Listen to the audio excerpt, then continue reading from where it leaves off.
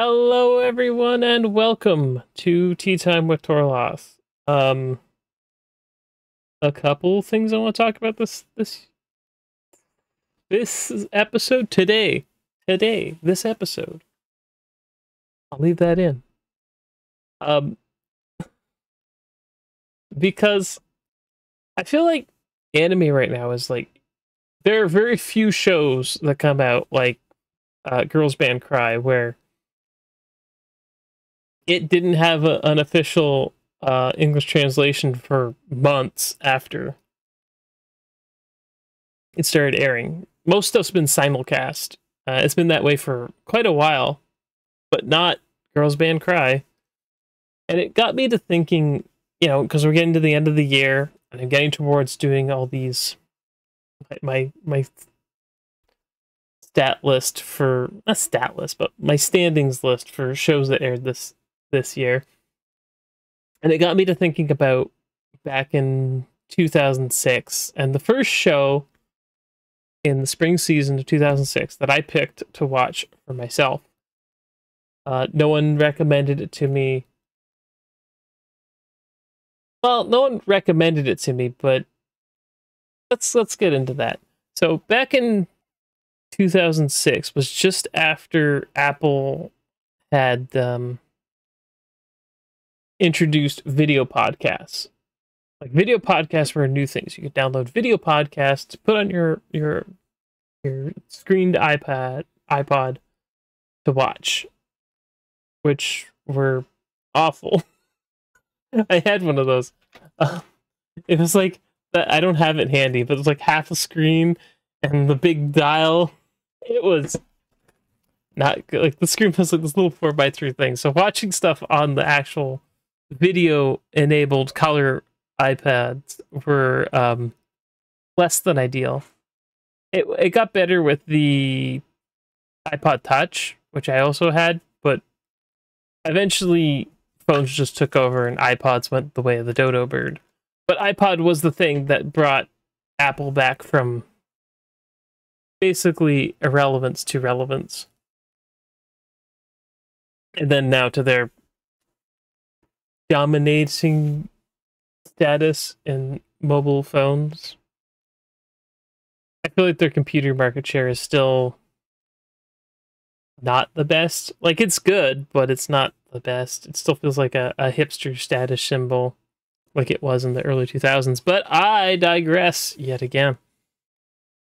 Anyway, back in 2006, with these video podcasts, there was one called Trek-Shun. And there was a gentleman who used to run it. I cannot remember his name. I tried to look up the podcast before I started recording. I couldn't find any info on it. I couldn't find a username. I found a username, but it wasn't him. There was a YouTube channel, but it wasn't him. So I don't know if you somehow come across this, sir, and you see this. Thank you so much for your service for those 70 episodes that I could find. Well, I could find the listing for the last one. It said the last one was 70, so I don't know. I don't remember how many I actually watched, but I want to thank you for your time that you put into making those video podcasts. They were wonderful. I do hope that this message gets to you, and if you watch it and you see it, I definitely hope. I wish I still had the videos. I don't even have the video files anymore, so I don't know. I don't remember it. I can't remember his name, but I'm terrible with names sometimes. I have a bad habit of covering it up by calling people mate or something along those lines, because in real life with people's names it's hard, but if I feel like I try harder with other languages, and sometimes I'll remember anime characters' names even though they aren't really said, but that's another story. Anyway, watching this show, Traction, back in the day on iTunes on my computer, And I remember watching this episode about Kami-sama Kazoku. And this is one of the shows that I decided to watch. Now, if I remember correctly, the host did not care for this show. He showed a clip, and it was like, if you are okay with stuff like this, then you should be good for the whole show. I'm not gonna watch more than the first episode, but he showed like a clip, and it was like the weirdest bit that happens in the show. Honestly, probably the weirdest bit that happens in the entire show. But it also isn't outside of the realm of like something that would happen in anime. Now, I'm not trying to be weird or anything, but this show is a little bit on the lewd side, but nothing out of the question for 2006. I believe it has a PG-13 rating here. Yeah. It's not like adult content. You don't have to worry about anything super lewd, but it is suggestive.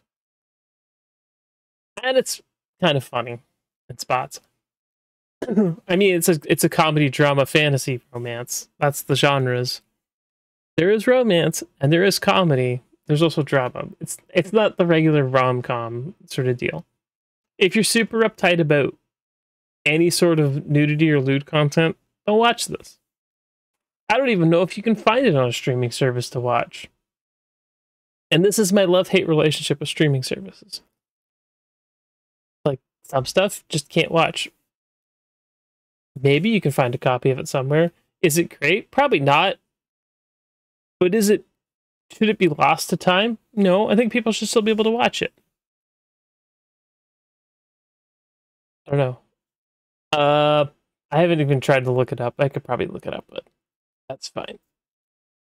I feel like this is a show that a lot of us watched back in 2006 because we wanted to, or we found it. One reason or the other, you're just looking through the torrent site.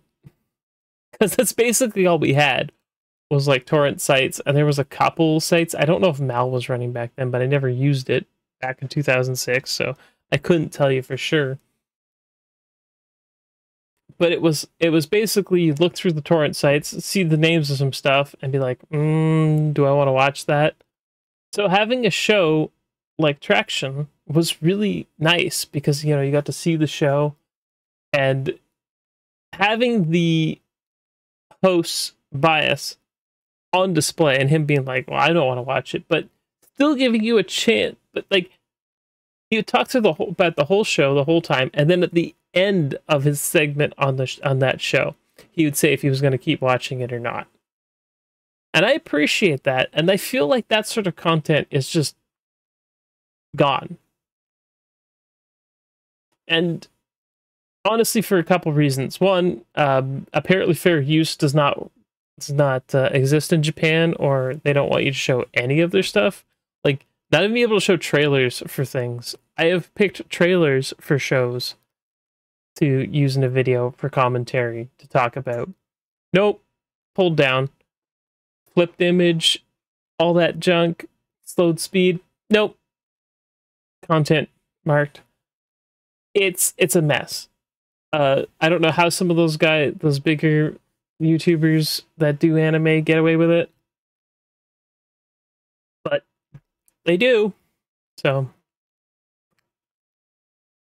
it's frustrating because there's shows I'd like to talk about, I like to show clips from, but I can't. I just don't want to deal with that. It's not even the monetization thing. It's that they'll literally tell me I can't put up the video. And I hate it. I want to show stuff up. I want to talk about stuff. And it's frustrating because I feel like that is just as useful. Someone being able to post, like, you can post it on X or Twitter. I can't believe I just called it X. Oh my god. And people can watch the clips. I literally will watch any anime clip I see on Twitter for a show I've never watched before. But sometimes, you'll find something and be like, and then you have to look in the comments to find out what show it's from because people don't ever put that up. and the trailers for new shows. But I don't have a show like Traction where someone's going through all the stuff and like watch the show, watch the first episode. I was like, no, I'm not feeling this. And I get that it's a lot of work. You got to watch a whole episode and then you have to talk about it. Like watching a whole episode is whatever, but you're probably making notes. You're gonna pause it a few times, mark timestamps for where you need to get a clip, grab the clip, put the clip in, edit everything, do your voiceover, do your live recording. It sounds like not a lot, but there's a lot that goes into making a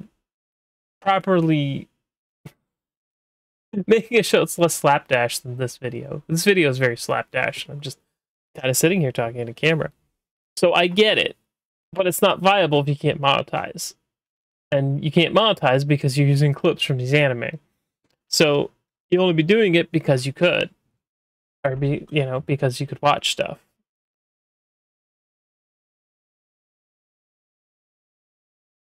Or you can only watch stuff because you had whatever. I honestly don't think that... I think that anime studios are a little bit crazy going after people for showing clips of shows on YouTube. I know that YouTube was a problem child before, though, and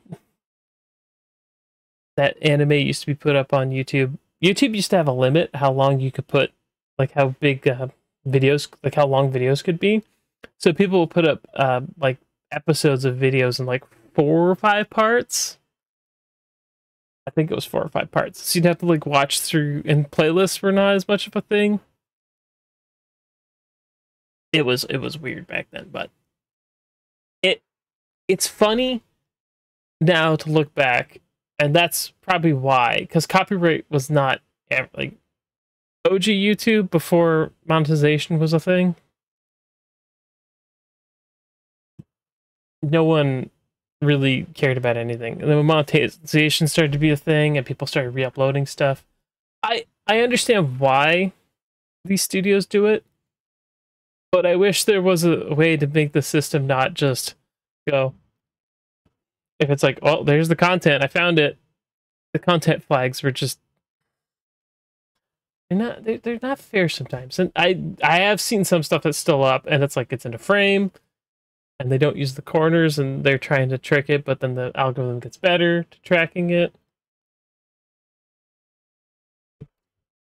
Look, I feel like if it's a not monetized thing, I should be able to tell you that, or if someone puts up a clip or something from a show, it shouldn't be, well, I know there's anime clips all over YouTube, but it becomes frustrating. I miss a show like, would I actually watch a show like Traction now? I don't know. But it was definitely useful back in 2006 and 2007-ish.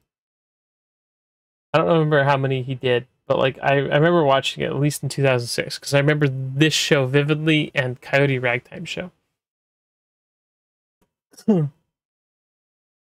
I feel like anime discovery is easier now because you just go on the old roll or whatever you use and watch something, or go on Mal and see what's coming up in a season. But I also feel like it's worse because I don't get to see clips. Because honestly, sometimes I'll read a synopsis and be like, nope, not watching that. And that's what happened with me and The Dangers in My Heart. Because I read the synopsis and I was like, oh, no, no, no, no, no, no, no, no, no. And then someone was like, no. Then I saw a couple clips and someone goes, no, it's really wholesome. And I'm like, okay, I'm going to trust you. Now that I have COVID and I'm sitting here in bed and I have nothing better to do with my time, but, watch stuff and try and not think about how I feel like I'm drowning it all the time. And that's what I did. I watched it. Watched the whole first season. It was very good. And then I watched the second season. It was incredibly good. And honestly, I feel like there's a lot of stuff like this that's very good and gets overlooked. And now with streaming services, let's talk about streaming services for a second. Streaming services having to fight over who gets what. It's like cable TV all over again. So I wouldn't blame people if they just go the old-fashioned way of yo ho ho with a bottle of rum. It's just easier. Like, I don't know. But how you watch your shows and how you find them is less concerning to me than, if you actually watch it. So, what are some of your favorite shows from either back in the day or just in general? Just hit them in the comments. I'm more than down to at least look at them. And do you think YouTube's and the anime licensing holders are a little crazy with the clips from the shows, and they don't want you to show them at all? Watch the show, but I can't watch the show if I can't find it. Ugh. But anyway, that's it from me. I'll see you next time. At the night.